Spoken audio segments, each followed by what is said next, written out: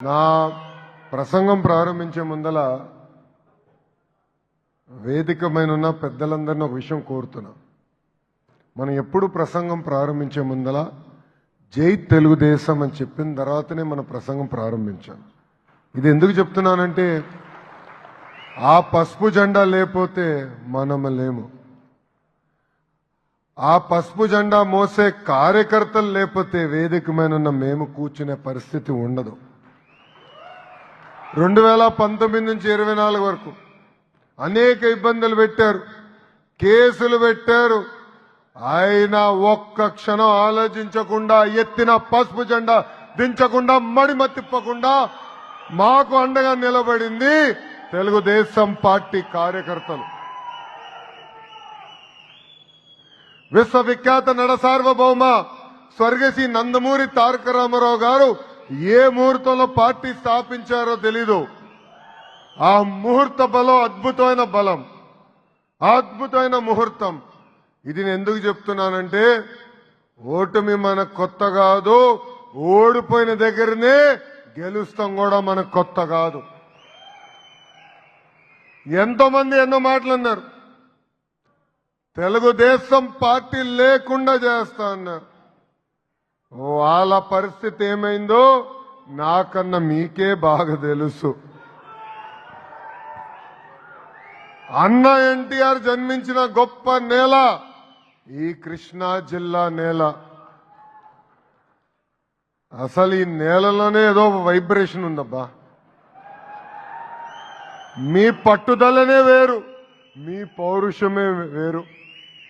ఆనాడు యువగలం పాదయాత్రలోనే వచ్చినప్పుడు చాలా మంది నాకు చెప్పారు, మీకు డేట్ మారుతుంది, మీరు మరీ చాలా స్పీడ్గా వెళ్ళొచ్చు అనుకుంటున్నారన్నారు.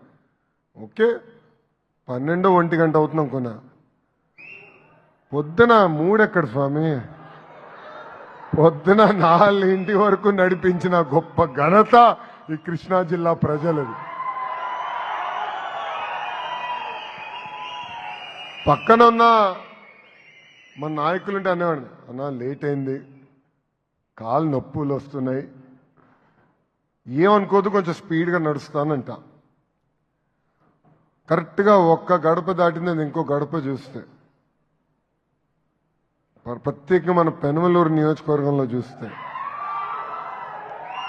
ప్రజలందరూ బయటికి వచ్చి పిల్లలతో వచ్చి ఆలస్యమైన పరుపులు వేసుకుని పడుకుని లోకేష్ ఎప్పుడు వస్తారా అని చూసారే, ఎదురు చూసారే.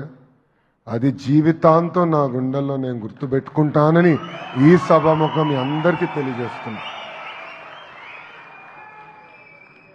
పాదయాత్రలో మనం అందరం పడిన కష్టాలు నాకు ఇప్పటికీ గుర్తుంటుంది. ఎప్పుడన్నా బాగా అలసిపోయిన ఫీలింగ్ వస్తే ఆ పాదయాత్ర పుస్తకం తిరిగేస్తా. అది చూసినా నాకు అర్థమవుతుంది, ఇంత చేశాం, ఇంత సిస్టమేటిక్గా నడిచాం. 226 రోజులు 3132 కిలోమీటర్లు నేను పాదయాత్ర చేశానంటే దానికి కారణం మా తెలుగుదేశం పార్టీ కార్యకర్తలు. రోడ్డుపైకి వచ్చారు, నిలబడ్డారు. వాళ్ళు ఎవరన్నా వచ్చి నా పైన దాడి చేయాలంటే సినిమా చూపించారే, అది నేను ఏనాడు మర్చిపోలేనని మా కార్యకర్తలందరికీ తెలియజేస్తున్నా. పెనమలూరు నియోజకవర్గం డీలిమిటేషన్ తర్వాత ఉయ్యూరు పెనమలూరు కలిసినాయి. 10 సార్లు మనం పోటీ చేస్తే 6 సార్లు గెలిచాం. గెలిచినప్పుడు ఎప్పుడు భారీ మెజార్టీతో గెలుస్తాం, ఓడిపోయినప్పుడు స్వల్ప మెజార్టీతో మనం ఓడిపోతాం జరిగింది.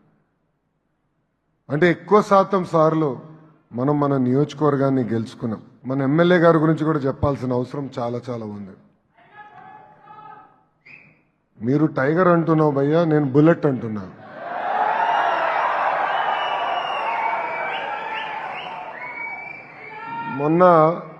మొన్న ఇన్స్టాగ్రామ్లో చూస్తున్నా, అందరికి అలవాటు కదా ఇది, ఒక వీడియో చూసా. ఒక వ్యక్తి తాగి రోడ్డు పైన పడిపోయి ఉన్నాడు. ఈయన బుల్లెట్ దిగి గట్టిగా 2 కొట్టాడు. ఆయన, అరే నువ్వు ఇట్లా తాగి పడిపోతున్నావు రోడ్డు పైన, మీ పిల్లల భవిష్యత్తు ఏంటి?